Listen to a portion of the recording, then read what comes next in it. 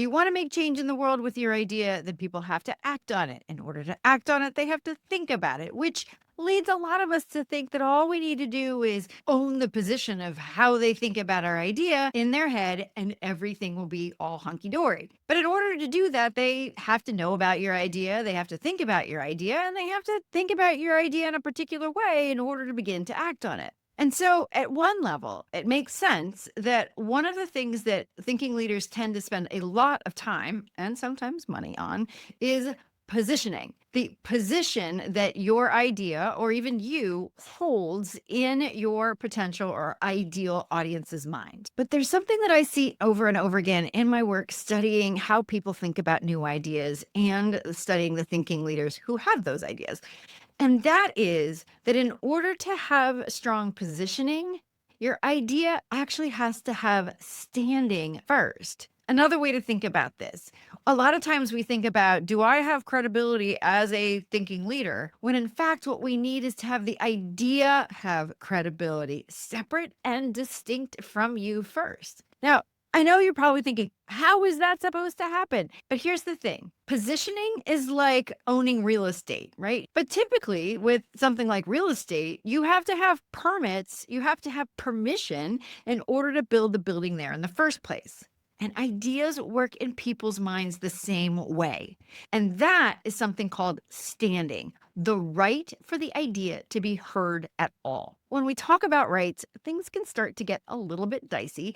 So I want you to think about idea standing as credibility, where the idea has credibility separate and distinct from you, which is bananas, I know, because everything we've been told for years by people who personally benefit from you following this advice about marketing and positioning is you must be as credible or more credible than the things that you talk about. But that isn't the way people think about ideas.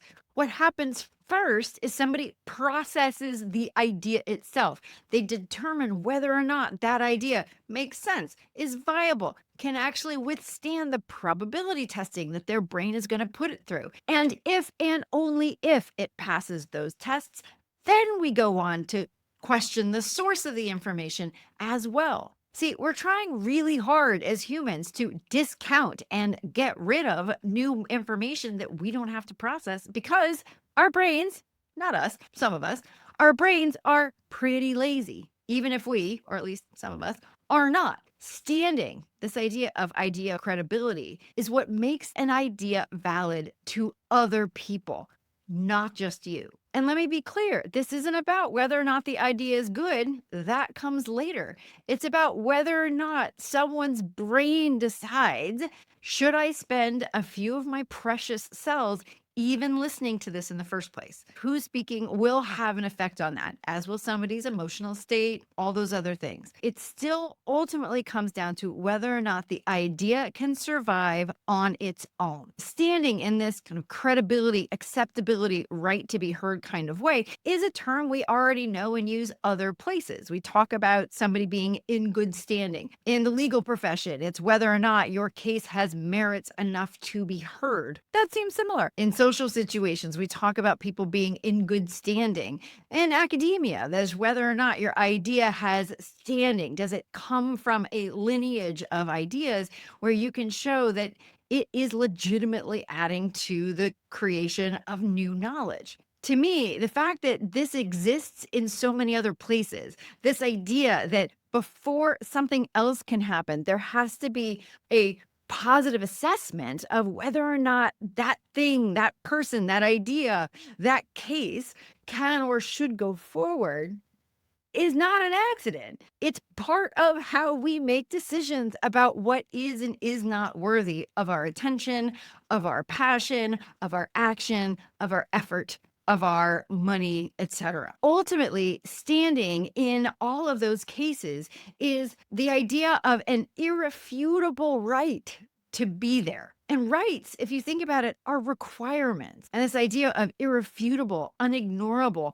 plays this role of proof displacing persuasion. So when someone or something has standing, an irrefutable, undeniable, unignorable right to be there, then we must deal with it. We must process it. It earns its right to go forward. It earns its right to be considered for a position. Say, for instance, you've got an idea that's something like connected leadership. You can see how you could build some really good positioning around that, right? I mean, there's a lot of people talking about leadership. It's a perpetually interesting topic to some folks. The connection piece builds on a real strong interest and need for human connection right now. So again, it sounds good, but if someone were to push back on you right this moment and say, okay, fine, sounds interesting, but how is it fundamentally different than, let's say, adaptive leadership or transformative leadership or servant leadership, all of which could probably claim to be some form of connected leadership as well? And by the way, all of which are legitimate academically founded leadership theories. Could you answer that? And importantly, could you answer that with anything outside of your own framework, your own experience, your own client testimonials, et cetera? And could you answer it with something other than data from elsewhere? Can someone immediately understand that it's different and why it's different, not just how, in a way that they intuitively see that it is different? See, the minute you start talking about your own data or even somebody else's, you're persuading. You're not operating from proof that person already has. Proof. And the kind of proof that already exists in someone else's head, that is what displaces the need for persuasion. And by the way, the need for positioning. So let's revisit. First, we need to solve the problem of connected leadership and approach existing without a desired outcome. Let's say our connected leadership thinker is really interested in helping organizations drive burnout-free results. So already listen to the difference. Not just what's your idea, connected leadership, it's what's your idea? My idea is that connected leadership drives burnout free results. Oh, that's interesting. How is that different from servant, adaptive, transformative leadership? And then our connected leadership person could say, those theories, all really good. Tell leaders how to behave.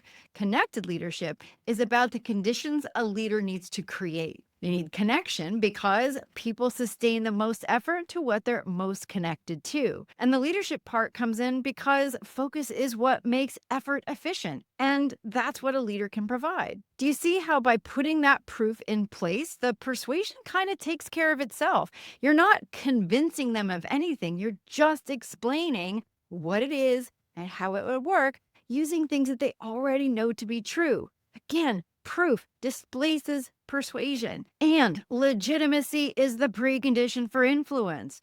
By connecting an idea, by talking about an idea in phrases and contrasts and in concepts that people already understand, by connecting it to an outcome that they already are interested and want, and by explaining how it would work using principles they already know to be true, your idea earns the right, it earns the standing to be heard. Now, I hope you start to see why this idea of standing, this establishing an undeniable right to be heard, is critically important as a step that precedes owning a position.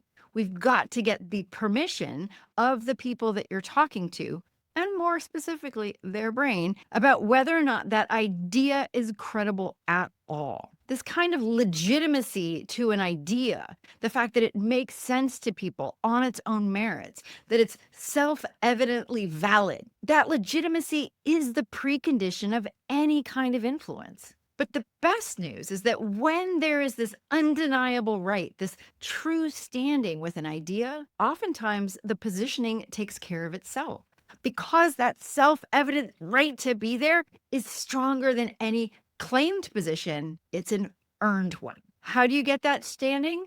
That's where understanding how people think about ideas comes in so critically, because we need to make sure that it has those basic components of understanding that lead to potential alignment. What are those?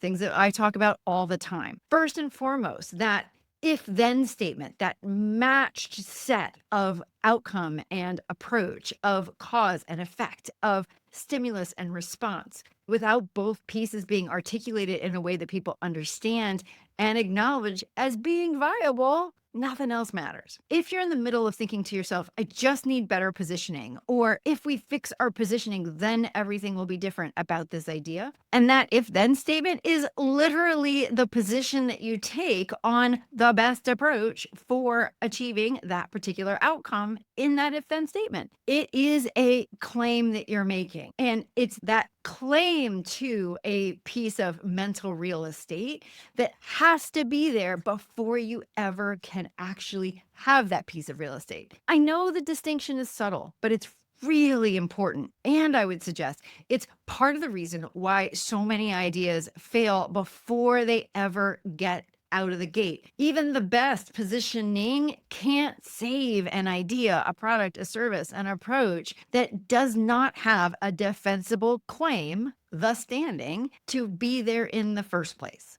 Take an idea, again, product, service, approach, etc., that you most want to gain traction for. And then ask yourself, if someone pushed back, could you establish its standing on skeptic proof criteria? Can you connect that idea to an outcome they already and undeniably want? Can you explain it using words and concepts that they undeniably already understand and undeniably agree are true? In other words, can you establish your idea's undeniable, irrefutable right to be heard? Do that, and the positioning and the persuasion usually takes care of itself.